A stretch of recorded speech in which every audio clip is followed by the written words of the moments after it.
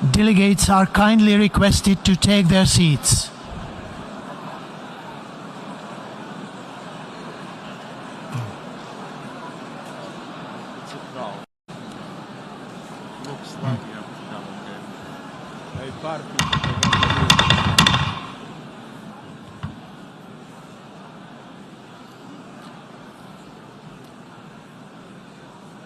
Excellencies, ladies and gentlemen, the fourth meeting of the General Assembly is called to order.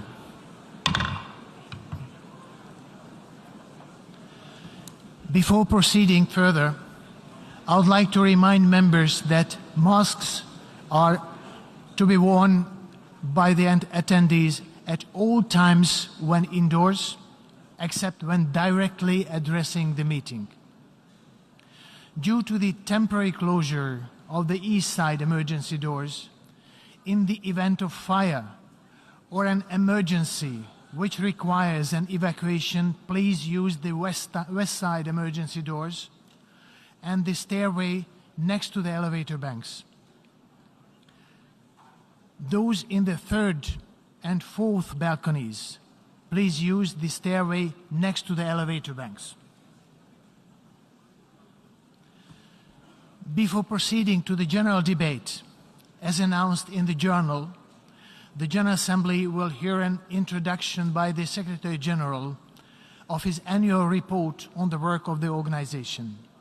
Under agenda item 113, in accordance with the resolution 51/241 and notwithstanding of provisions in decision 77/504.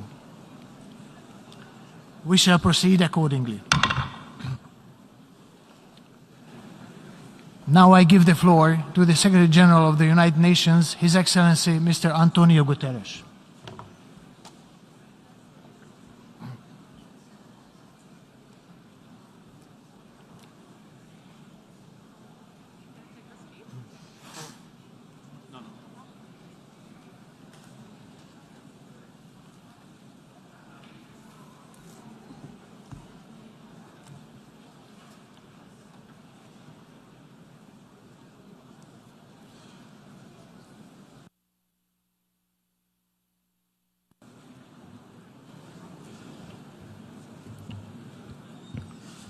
Mr. President of the General Assembly, Excellencies, ladies and gentlemen, our world is in big trouble.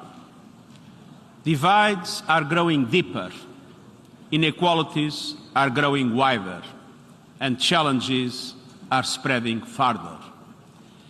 But as we come together in a world teeming with turmoil, an image of promise and hope comes to my mind. This ship is the brave commander. It sailed the Black Sea with UN flag flying high and proud. On one hand, what you see is a vessel like any other plying the seas. But look closer. At its essence, this ship is a symbol of what we can accomplish when we act together.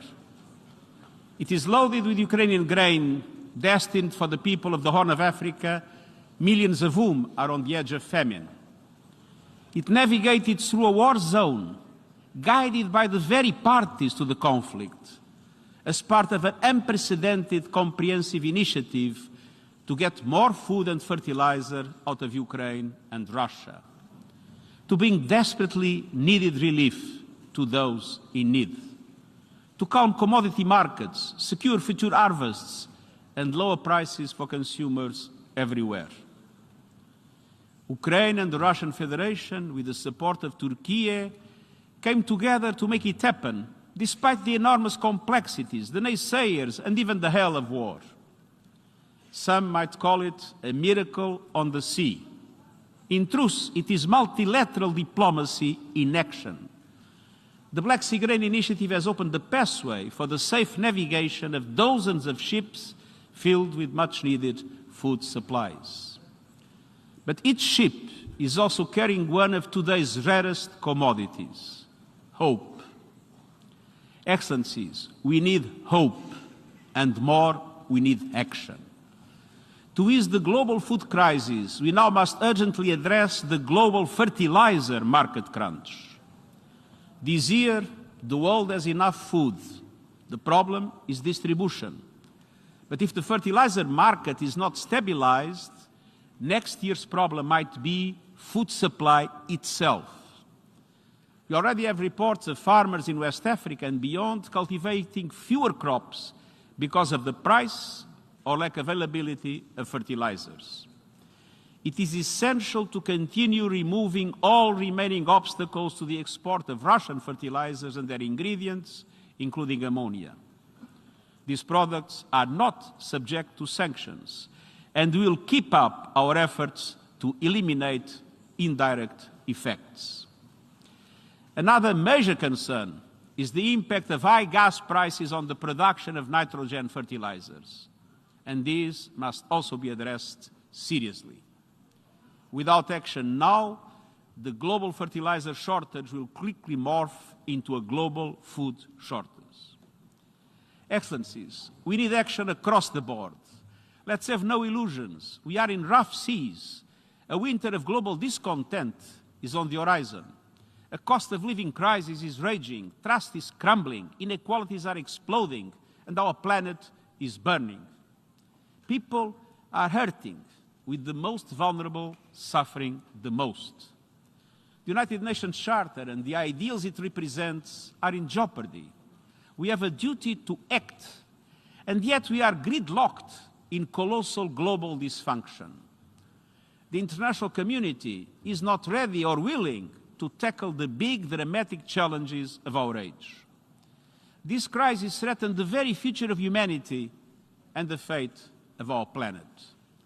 Crises like the war in Ukraine and the multiplication of conflicts around the globe, climates like the climate emergency and biodiversity loss, crises like the dire financial situation of developing countries and the fate of the Sustainable Development Goals, and crises like the lack of guardrails around promising new technologies to heal disease, connect people, and expand opportunity.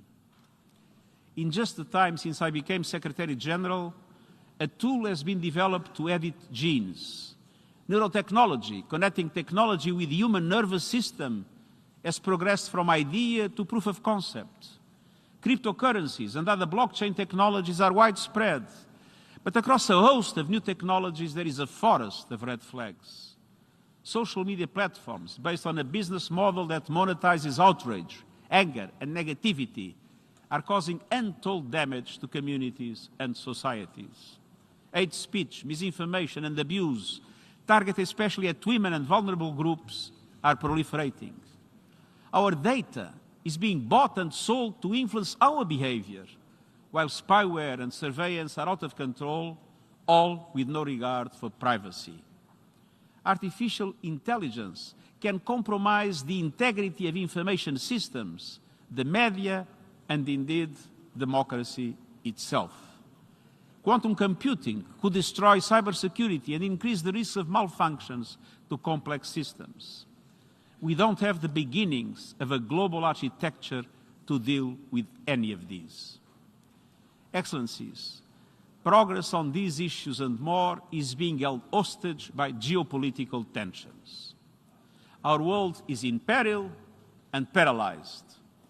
Geopolitical divides are undermining the work of the Security Council, undermining international law, undermining trust and people's faith in democratic institutions, undermining all forms of international cooperation. We cannot go on like this. Even the various groupings set up outside the multilateral system by some members of the international community have fallen into the trap of geopolitical divides, like in the G20. At one stage, international relations seemed to be moving towards a G2 world.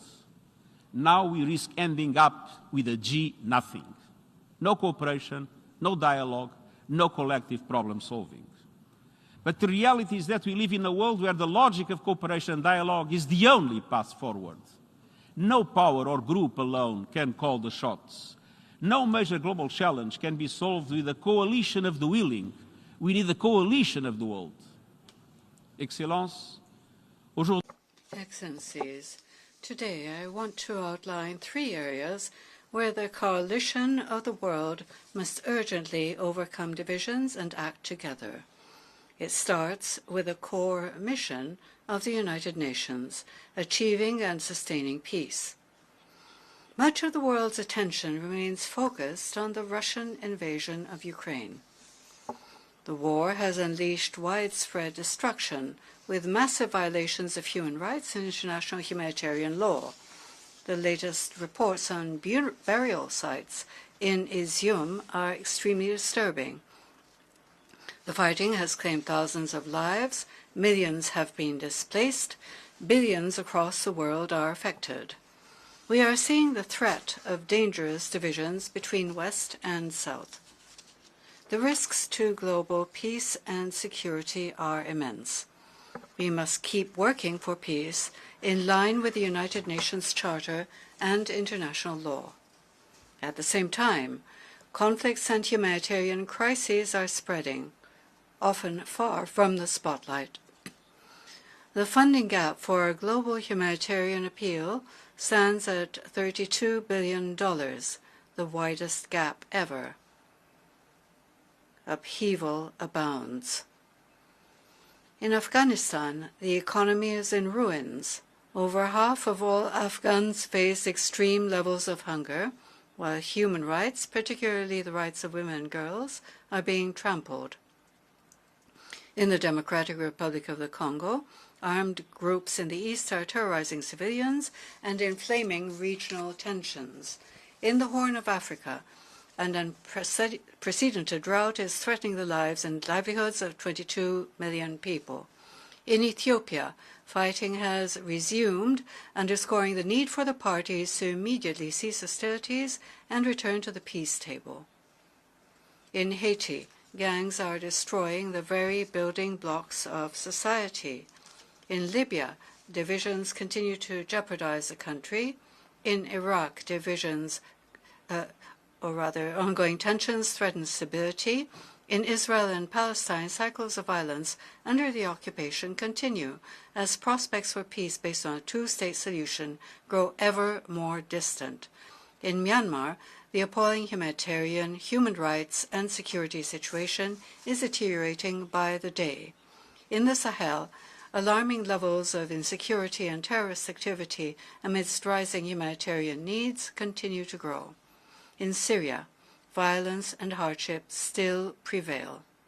The list goes on. Meanwhile, nuclear saber-rattling and threats to the safety of nuclear plants are adding to global instability. The Review Conference of the Nuclear Non-Proliferation Treaty failed to reach consensus, and a nuclear deal with Iran remains elusive. But there are some glimmers of hope. In Yemen, the nationwide truce is fragile but holding. In Colombia, the peace process is taking root. We need much more concerted action everywhere anchored in respect for international law and the protection of human rights. In a splintering world, we need to create mechanisms of dialogue and mediation to heal divides. This is why I outlined elements of a new agenda for peace in my report on our common agenda.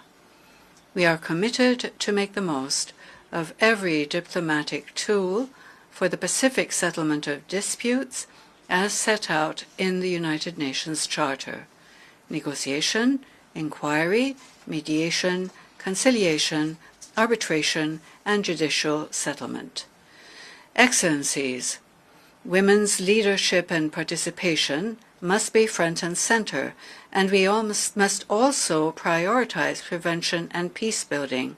That means strengthening strategic foresight, anticipating flashpoints that could erupt into violence, and tackling emerging threats posed by cyber warfare and lethal autonomous weapons. It means also expanding the role of regional groups, strengthening peacekeeping, intensifying disarmament and non-proliferation, preventing and countering terrorism, and ensuring accountability.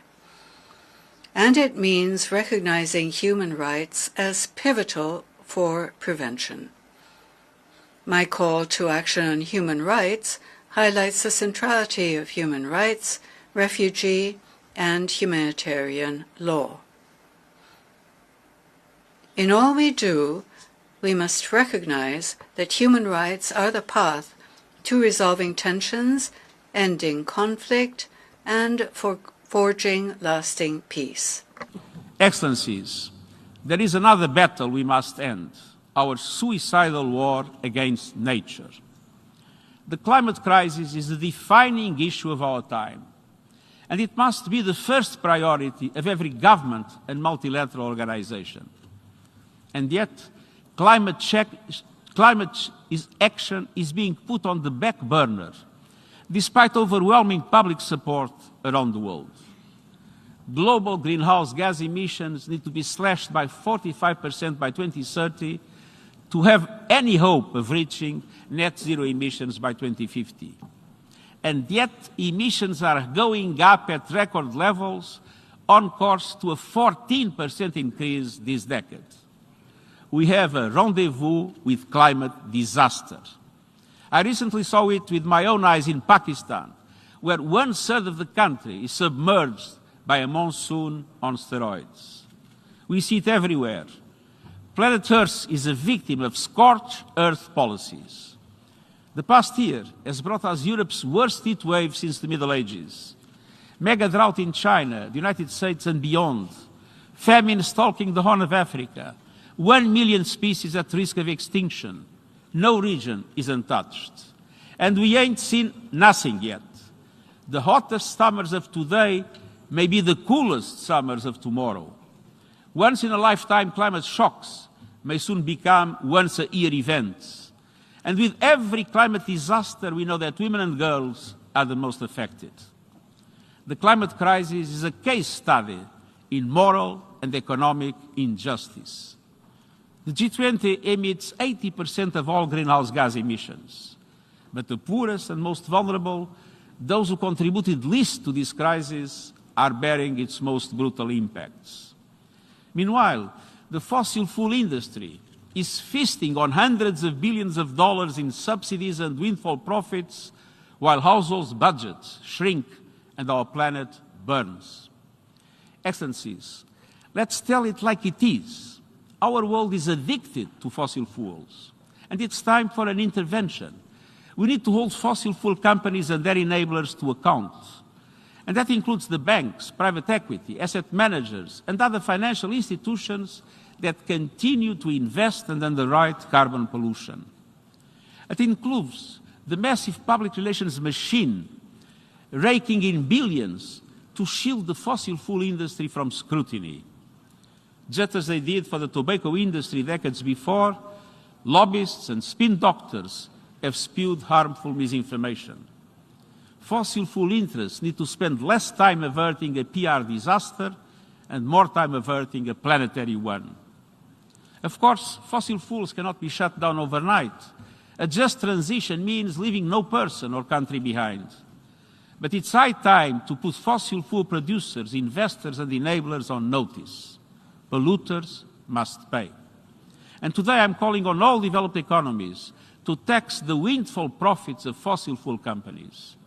Those funds should be redirected in two ways: to countries suffering loss and damage caused by the climate crisis, and to people struggling with rising food and energy prices.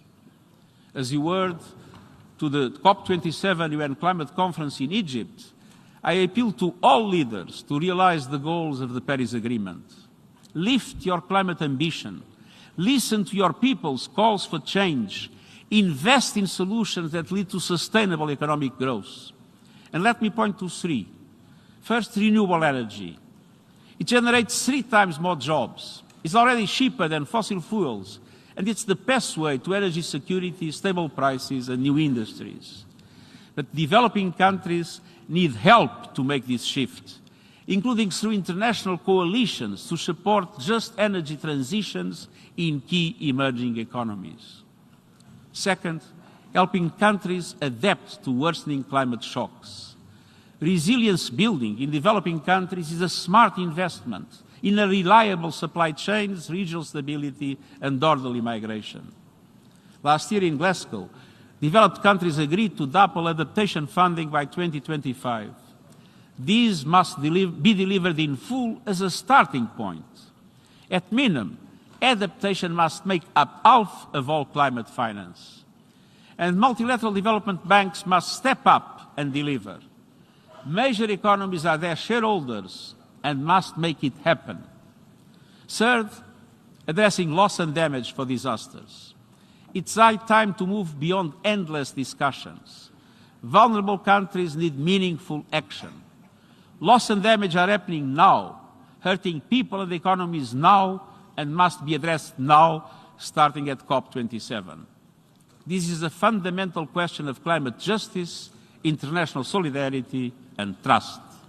And at the same time, we must make sure that every person, community, and nation has access to effective early warning systems within the next 5 years.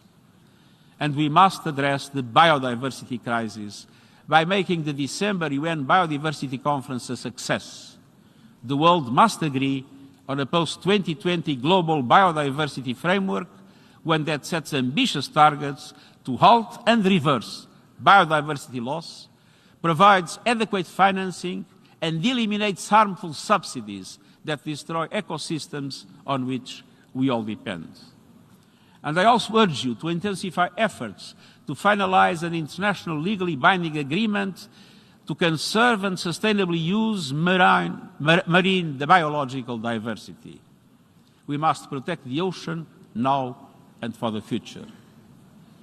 Excellencies, the climate crisis is coming on top of other heavy weather. A once-in-a-generation global cost of living crisis is unfolding, turbocharged by the war in Ukraine.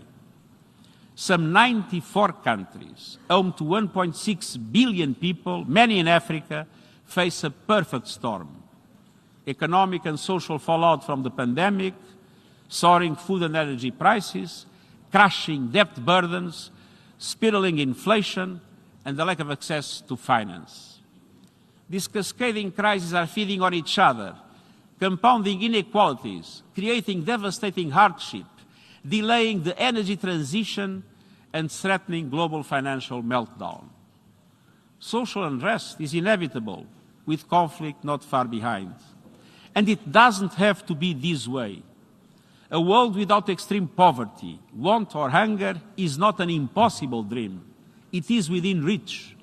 This is the world envisaged by the 2030 Agenda and the Sustainable Development Goals. But it is not the world we seem to have chosen. Because of our collective decisions, sustainable development everywhere is at risk. The SDGs are issuing an SOS.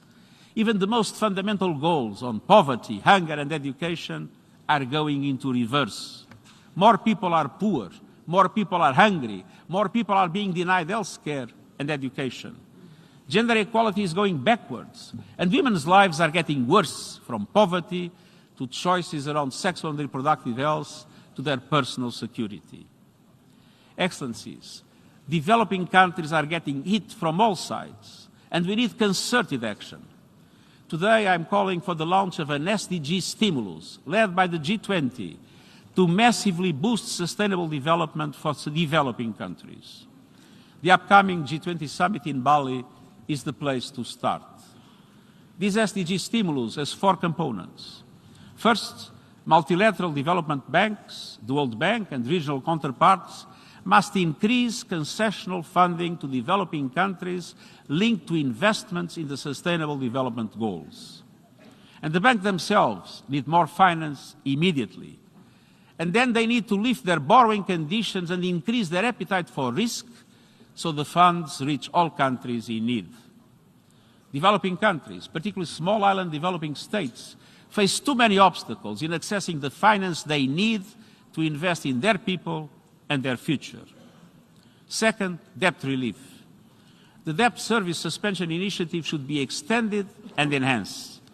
But we also need an effective mechanism of debt relief for developing countries, including middle-income countries in debt distress. Creditors should consider debt reduction mechanisms, such as debt climate adaptation swaps. And this could have saved lives and livelihoods in Pakistan, which is drowning not only in floodwater, but in debt. Lending criteria should go beyond gross domestic product and include all the dimensions of vulnerability that affect developing countries. Third, an expansion of liquidity. I urge the International Monetary Fund and major central banks to expand their liquidity facilities and currency lines immediately and significantly. Special drawing rights play an important role in enabling developing countries to invest in recovery and the SDGs. But they were distributed according to existing quotas, benefiting those who need them least.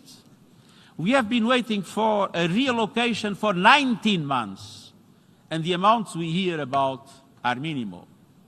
A new allocation of special drawing rights must be handled differently, based on justice and solidarity with developing countries.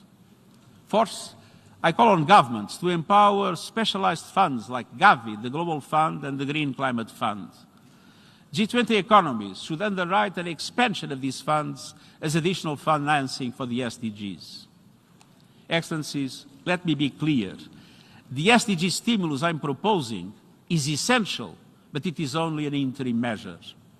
Today's global financial system was created by rich countries to serve their interests many decades ago. It expands and entrenches inequalities. It requires deep structural reform. And my report on our common agenda proposes a new global deal to rebalance power and resources between developed and developing countries. African countries in particular are underrepresented in global institutions. I hope member states will seize the opportunity to turn these ideas into concrete solutions, including at the Summit of the Future in 2024. Excellencies, the divergence between developed and developing countries, between North and South, between the privileged and the rest, is becoming more dangerous by the day. It is at the root of geopolitical tensions and lack of trust that poison every area of global cooperation, from vaccines to sanctions to trade. But by acting as one, we can nurture fragile shoots of hope. The hope found in climate and peace activists around the world, calling out for change and demanding better of their leaders. The hope found in young people working every day for a better, more peaceful future. The hope found in women and girls leading and fighting for those still being denied their basic human rights. The hope found throughout civil society seeking ways to build more just and equal communities and countries. And the hope found in science and academia racing to stay ahead of deadly diseases and then the COVID-19 pandemic. The hope found in humanitarian heroes rushing to deliver life-saving aid around the world. The United Nations stands with them all. We know lofty ideals must be made real in people's lives, so let's develop common solutions to common problems, grounded in goodwill, trust, and the rights shared by every human being. Let's work as one, a coalition of the world, as United Nations. Thank you.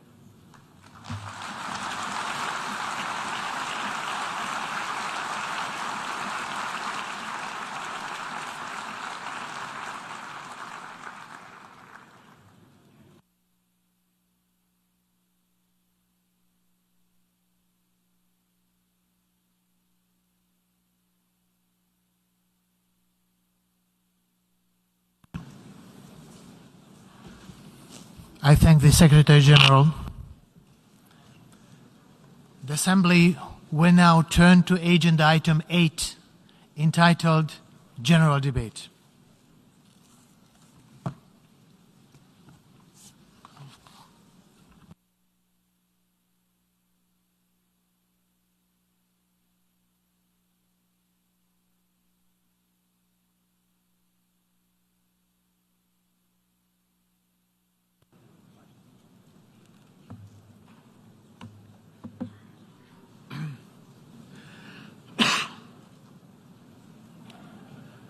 Mr. Secretary-General, distinguished heads of state and government, excellencies, friends. The world needs solutions through solidarity, sustainability, and science.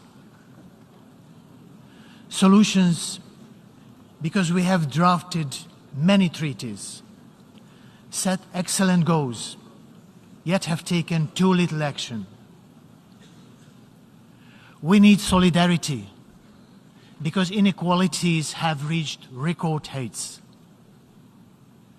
We need sustainability because we owe it to our children to leave behind a livable world. We need science because it offers us neutral evidence for our actions. My sincere gratitude goes to all member states, especially to Hungary and the Eastern European Group for giving me the mandate to turn this motto into reality. Excellencies, we gather today at the most consequential moment of the last 4 decades. Des chaleurs extrêmes aux inondations dévastatrices. Extreme flooding, extreme heat, climate change is shared by our communities. Our consumption and our means of production are tearing our planet apart from the earth to the sky. We are living in an ongoing state of humanitarian crisis. أكثر من 300 مليون شخص في حال. More than 300 million people urgently need humanitarian assistance and protection. And this is an increase of 10% since last January. The world food crisis has reached an alarming level because of climate change, conflict, and the COVID-19 pandemic. الأشهر الستة الماضية دفع تضخم أسعار الغذاء والطاقة. The food and the energy crisis have pushed at least 70 million people into poverty. Inflation, in the meantime, is at the highest level over the past 40 years.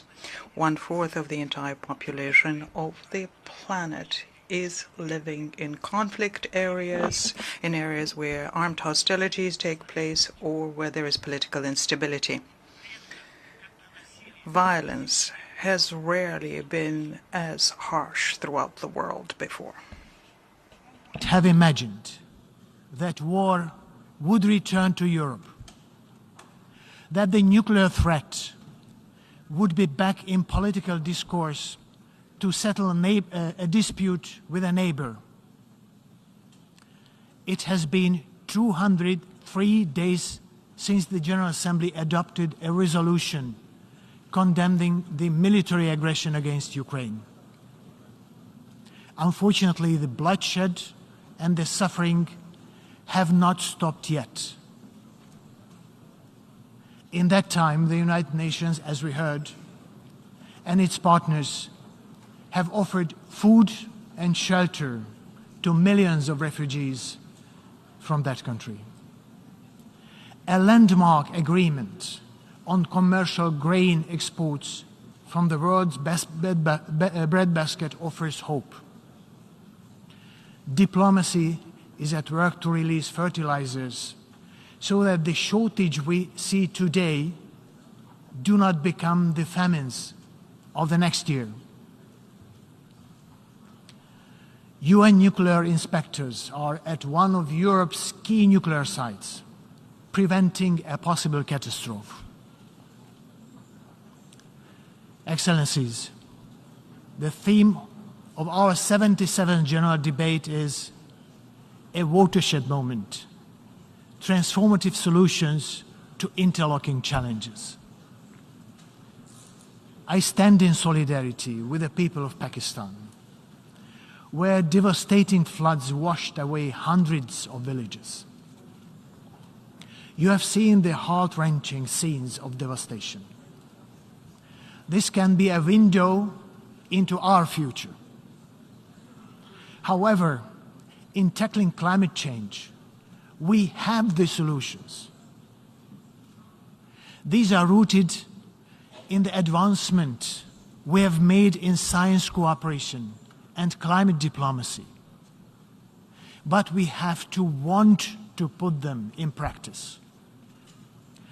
The International Panel on Climate Change has proven an invaluable tool for supporting political decisions to combat climate change and to adapt to its consequences.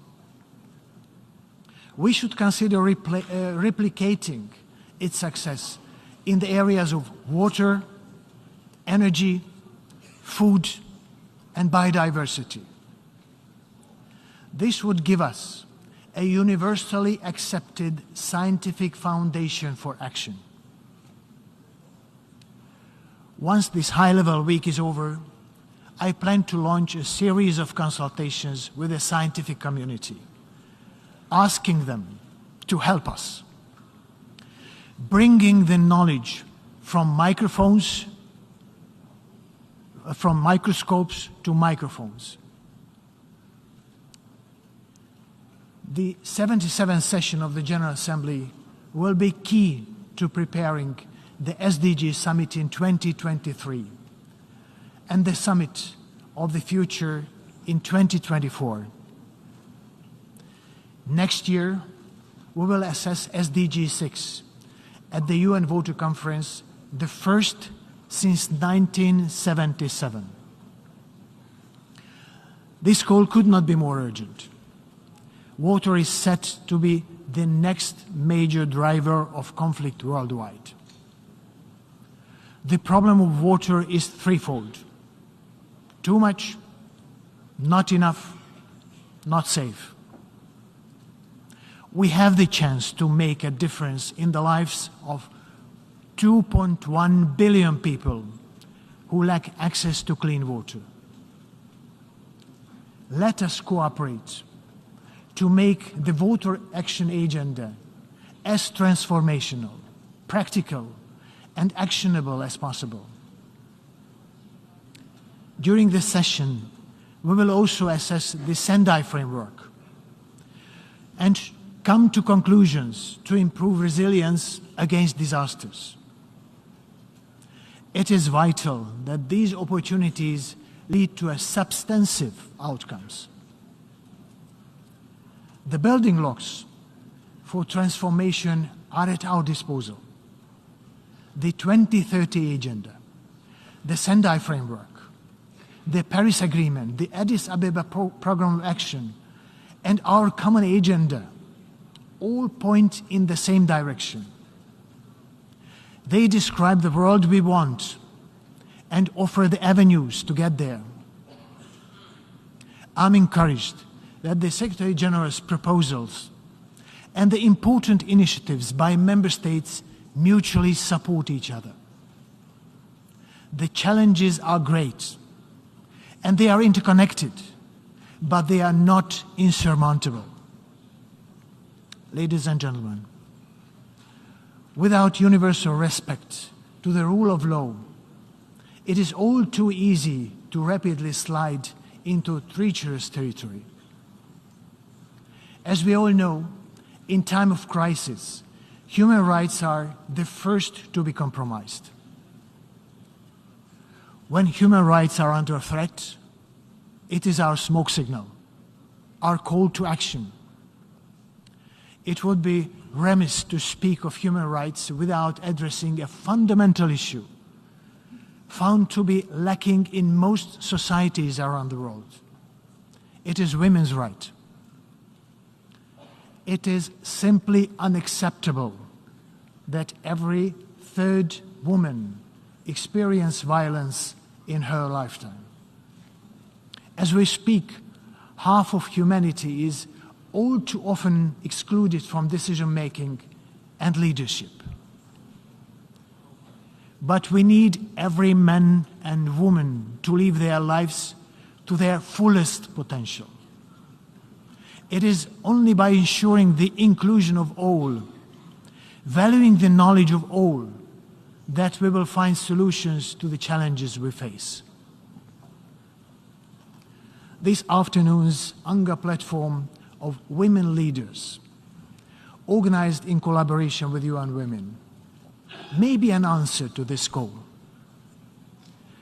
Women heads of state and government will offer their solutions to society's complex problems. Data shows that crisis response is more effective when women take the lead. I encourage you to engage substantively with this issue. It has to do with equity and equality, but above all, human dignity. Excellencies, in all these issues, in all our endeavors, I look forward to working closely with the Secretary-General, the Security Council, the ECOSOC, and other key relevant institutions of the United Nations. I stand ready to support Member States to identify transformative, impact-oriented, systemic, and sustainable solutions. I promise to cooperate with all stakeholders, civil society, young people, women and scientific community, to name but a few. UN agencies, funds and programs are critical to bringing our efforts out of this hole and into our communities. To deliver on the agenda requested by the Member States, I count on your constructive engagement, cooperation, and mutual respect to each other. I emphasize that the revitalization of both the United Nations and the General Assembly must continue. Our ability to competently improve our organization will determine its relevance in the eyes of people around the world. I want to advance negotiations on Security Council reform. It is high time that the Council represents the world's population more equally and that it reflects 21st century realities. This is a matter of credibility to our entire organization and our multilateral order. Ladies and gentlemen, crisis management and transformation will require our consistent efforts, way beyond one session of the General Assembly. In that spirit, let me finish with some timeless words of wisdom about chances and the risk of letting them pass us by. Things get better when we make them better. Things go wrong when we fail to seize the opportunities before us. Our opportunity is here and now. Let us act. I thank you.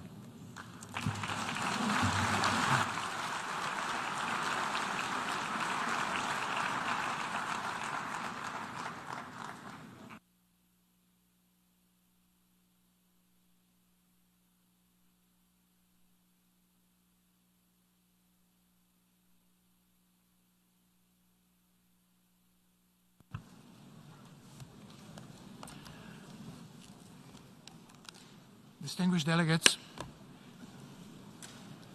before giving the floor to the first speaker for this morning, I would like to remind members that the list of speakers for the general debate has been established on the agreed basis that statements should be no longer than 15 minutes to enable all speakers to be heard in a given meeting. Within this time frame, I would like to appeal to speakers to deliver their statement at a reasonable pace so that interpretation into the other official United Nations languages may be provided properly. I would also like to draw your attention to the General Assembly at previous sessions, namely that the practice of expressing congratulations inside the General Assembly hall after a speech has been delivered is strongly discouraged. After delivering their statements from the rostrum, speakers are invited to exit the General Assembly hall through room GA200, located behind the podium, before returning to their seats. May I take it that the General Assembly agrees to proceed in this manner during the general debate of the 77th session? It is so decided. Finally, I should like to draw the attention of members that during the general debate, official photographs of all the speakers are taken by the Department of Global Communications. Members interested in obtaining these photographs are requested to contact the Photo Library of the United Nations. The Assembly will hear an address by His Excellency Jair Messias Bolsonaro, President of the Federal Republic of Brazil. I request the protocol to escort His Excellency.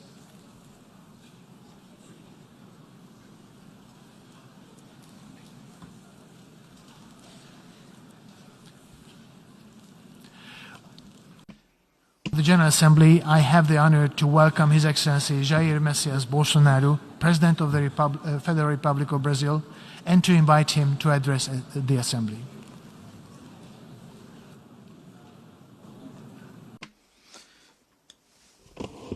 Hello, testing the English channel. This is the English channel. Mr. Shaba Karosi, President of the 77th General Assembly of the United Nations. Mr. António Guterres, Secretary-General of the United Nations. Ladies and gentlemen, heads of state, heads of government, and heads of delegation. Ladies and gentlemen at large, I begin by congratulating you, Ambassador Shaba Karosi, on your election as President of this General Assembly. You can be sure that you can certainly count on Brazil's support. The theme chosen for this general debate revolves around a concept that perfectly applies to the moment we currently live, a watershed moment. Mr. President, our collective responsibility at this General Assembly consists in understanding the actual scope of the challenges that make up this watershed moment, and from there build the responses that draw their strength from the goals that we all share. The task at hand is not a simple one, but strictly speaking, we have no alternative. The effort must begin within each of our countries, domestically. First of all, it is what we do at the domestic level that gives the measure of the authority with which we act at the international level. Therefore, allow me to speak from my country's perspective. When Brazil voices her views on the public health agenda, we do so with the legitimate authority of a government that during the COVID-19 pandemic spared no efforts to save lives and preserve jobs. Like so many other countries, we focused our attention from the very outset on ensuring emergency financial aid to those most in need. Our goal was to protect families' income so that they could face up to the economic hardships resulting from the pandemic. Therefore, we managed to benefit more than 68 million people, the equivalent to 1/3 of the Brazilian population. In parallel, we launched a broad-ranging vaccination program, including domestic production of vaccines. We are a nation of more than 210 million people, and already we have more than 80% of our population fully vaccinated against COVID-19.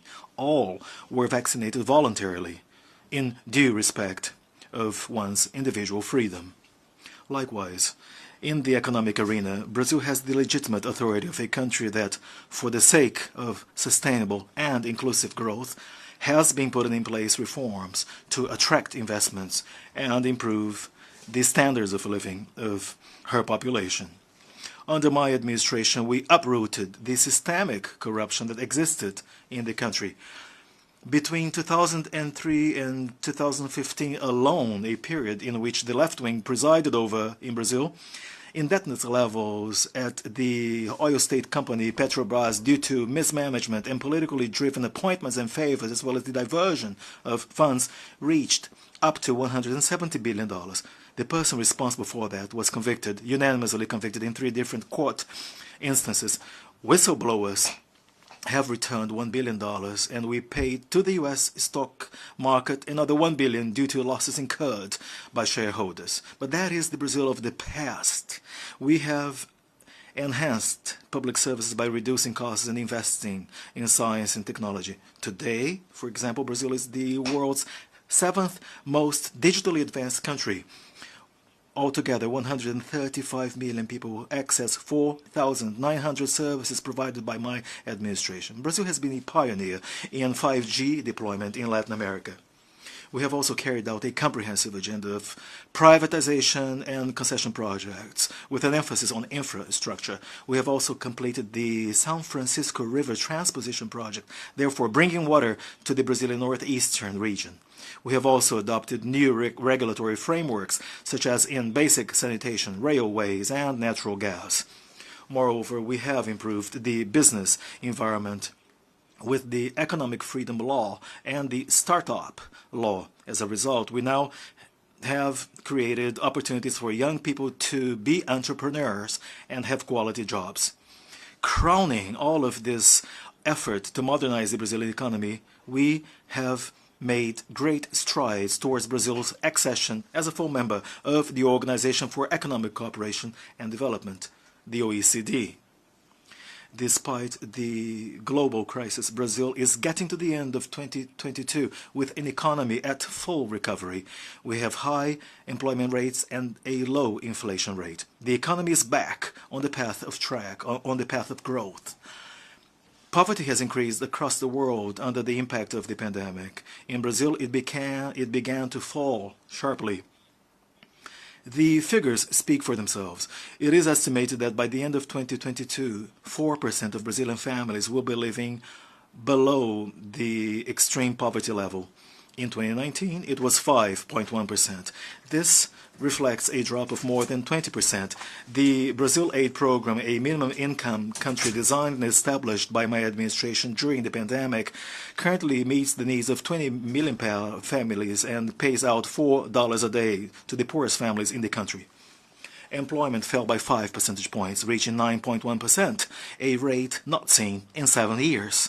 We have lowered inflation with an estimate of less than 7% for 2022. I am pleased to announce that we have had unprecedented deflation in Brazil in the months of July and August this year. Since June, the price of gasoline has dropped by more than 30%. Today, 1 liter of gasoline in Brazil costs about 0.90 cents of $1. The price of electricity has also dropped by more than 15%. Let me emphasize that the cost of energy has not dropped because of price fixing or any other type of state intervention. Rather, it was the result of a tax rationalization policy designed and implemented with support by the National Congress. In 2021, Brazil was the 4th largest destination country for foreign direct investment in the world. Our foreign trade reached the historic milestone of 39% of the GDP, even after reducing taxes or lowering taxes down to zero on thousands of products. Domestically, we also have record breakers in 3 areas: tax collection, state-owned company profit levels, and the public debt to GDP ratio. In fact, in 2021, we had a surplus in the consolidated results or figures for national accounts. Brazilian GDP increased by 1.2% in the second quarter, and the forecast is for up to 3% in 2022. We enjoy the peace of mind of those who are working in the right path, the path to shared prosperity among Brazilians, and beyond that, prosperity shared with our neighbors and other partners worldwide. This is precisely what we see, for example, in food production. 4 decades ago, Brazil used to be a food importer. Today, we are one of the world's largest food exporters. And this has only been possible thanks to heavy investments in science and innovation with a view to boosting productivity, yield levels, and sustainability. May I here pay a tribute to Mr. Alisson Polinelli, the Brazilian candidate for the Nobel Peace Prize, for his role in expanding the Brazilian agricultural frontier with the use of new technologies. This year, Brazil has already started the harvest, or the largest grain harvest in our history. We estimate it to be at least 270 million tons. In a few years, Brazil will also make the transition from net importer of wheat to a net exporter of wheat. For the 2022-2023 period, the forecast is that our total production will exceed 300 million tons. As stated by Director General of the World Trade Organization in a recent visit to Brazil, she stated that if it were not for Brazilian agribusiness, the planet would go hungry, since we feed more than 1 billion people worldwide. Our agribusiness is a source of national pride. Mr. President, I also wish to call to mind here that also in the field of sustainable development, Brazil's track record of achievements is a source of credibility for our country's international action. As regards the environment and sustainable development, Brazil is part of the solution and stands as a reference to the world. 2/3 of all of the Brazilian territory remain untouched, covered by native vegetation, precisely as it were when Brazil was first discovered in the 1500s. In the Brazilian Amazon region, an area as big as Western Europe, more than 80% of the rainforest remains untouched and pristine, contrary to what is often reported by the mainstream national and international media. It is absolutely key and essential that when taking care of the environment, we do not overlook people.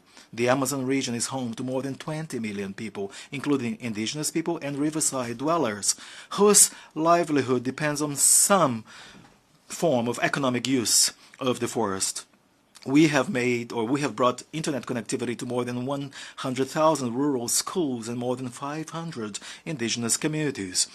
Brazil began its energy transition almost half a century ago in response to the oil crises of that time.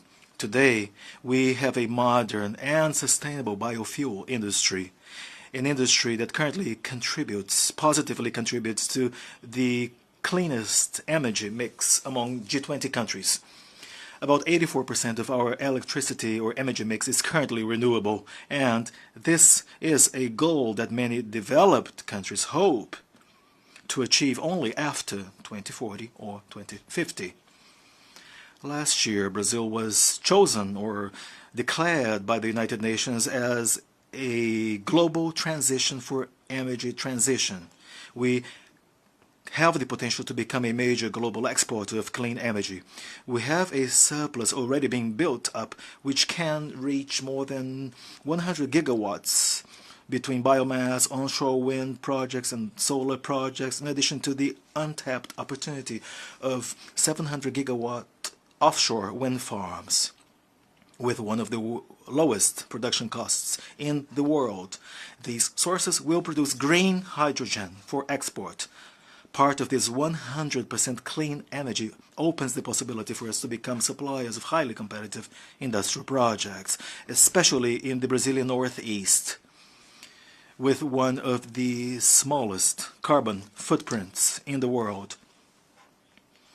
The Sustainable Development Agenda is impacted in many ways by threats to international peace and security. We all built the United Nations from the ruins of the Second World War in the last century. What motivated us back then was the determination to avoid a repetition of the cycle of destruction that marked the first half of the 20th century. To a certain extent, in hindsight, we can say that we were successful.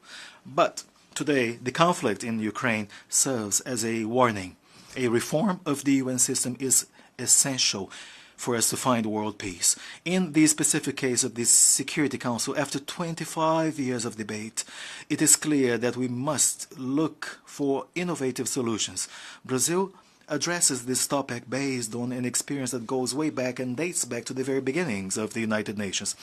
It is now the 11th time that we hold a non-permanent seat at the UN Security Council. We have sought to offer our very best to achieve peaceful and negotiated solutions to international conflicts, always guided by the UN Charter and international law. Brazil also has an extensive history of participation in UN peacekeeping operations. From Suez to Angola, from Haiti to Lebanon, we have always supported peacekeeping. We have also contributed to peace by opening up our borders to those seeking a chance to restart their lives in our country. Since 2018, over 6 million Venezuelan brothers have been forced to leave their country. Many of them came to Brazil. Our response to this challenge was Operation Welcome, which has become an international benchmark reference. More than 350,000 Venezuelan nationals have found in Brazilian territory emergency assistance, protection, documentation, and the possibility of a fresh start. All of them have had access to the labor market, to public services, and to social benefits. In recent months, around 600 Venezuelans have arrived in Brazil every day on foot, the vast majority of which are women and children, weighing on average 15 kilos less than before, and running away from violence and hunger. The Brazilian humanitarian reception policy goes beyond Venezuela. We have also welcomed Haitians, Syrians, Afghans, and Ukrainians. Mr. President, the conflict in Ukraine has been going on for 7 months already, and it is a source of great concern, not only in Europe, but throughout the world. First of all, I would like to reiterate Brazil's gratitude to the countries that helped with the evacuation of Brazilian nationals who were in Ukraine when the conflict first started, especially Slovakia, Hungary, Poland, Romania, and the Czech Republic. Thank you very much. The evacuation operation was successful. We left no one behind, not even their pets. Regarding the conflict in itself, Brazil has been guided by the principles of international law and the UN Charter, principles that are also enshrined in our national constitution. We advocate an immediate ceasefire, the protection of civilians and non-combatants, the preservation of critical infrastructure to assist the population, and the maintenance of all channels of dialogue between the parties at conflict. These are the first steps towards achieving a solution that will be long-lasting and sustainable. And we have been working in that direction. At the United Nations and also elsewhere, we have tried to avoid hampering the channels of dialogue as a result of polarization around the conflict. Accordingly, we are against diplomatic and economic isolation. The effects of the conflict can already be felt in the world prices of foodstuffs, fuel, and other raw materials. All of this impact drives us all away from the Sustainable Development Goals. Countries that once presented themselves as leaders of the low-carbon economy have now turned to dirty sources of energy. This is a serious setback for the environment. We support all efforts to reduce the economic impacts of this crisis, but we do not believe that the best way is to adopt one-sided or unilateral and selective sanctions that are inconsistent with international law. These measures have harmed economic recovery and have threatened the human rights of vulnerable populations, including in European countries. The solution to the conflict in Ukraine will only be achieved through negotiation and dialogue. I make a plea to the parties as well as to the entire international community. Let us not miss any opportunity to end the conflict and ensure peace. The stability, security, and prosperity of humankind are at serious risk if the conflict continues. Mr. President, I have been an unconditional supporter of freedom of speech. Moreover, under my administration, Brazil has made an effort to bring the right to freedom of religion to the very core of the international human rights agenda. It is essential to ensure that everyone has the right to freely worship and practice their religious orientation without any discrimination whatsoever. I would like to inform here that Brazil stands ready to welcome the Catholic priests and nuns who have suffered persecution by the dictatorial regime in Nicaragua. Brazil repudiates religious persecution wherever it may occur in the world. Other fundamental values for Brazilian society with implications to the human rights agenda include the defense of family values, the right to life since conception, the right to self-defense, and the repudiation of gender ideology. I would also like to underscore the priority we have attached to women's rights and protection. Our efforts to sanction over 70 legal norms on the subject since the very beginning of my administration in 2019 is thorough evidence of this commitment. We fight violence against women very strictly. It is part and parcel of our broader priority to ensure public security and safety for all Brazilians. The results are visible in our government figures. A 7.7% drop in the number of murders of women and a decrease in the general number of deaths by murder. In 2017, there were 30 deaths per 100,000 inhabitants. Now there are only 17. Violence in rural areas has also plummeted at the same time as land tenure by the most in need has increased. Under my administration, we have delivered 400,000 rural property land title deeds, 80% of which given to women. In Brazil, we work to ensure that we have strong, independent women so that they can get wherever they wish. First Lady Michelle Bolsonaro has given a new meaning to volunteer work since 2019, with special attention to people with disabilities and rare diseases. Mr. President, Mr. Secretary-General, Heads of State and Government, ladies and gentlemen, last September 7th, Brazil celebrated 200 years of history as an independent nation. Millions of Brazilians took to the streets, called upon by their government and wearing the colors of their flag, our flag. It was the largest civic demonstration in the history of our country, a people that believes in God, the homeland, family, and freedom. Thank you all very much.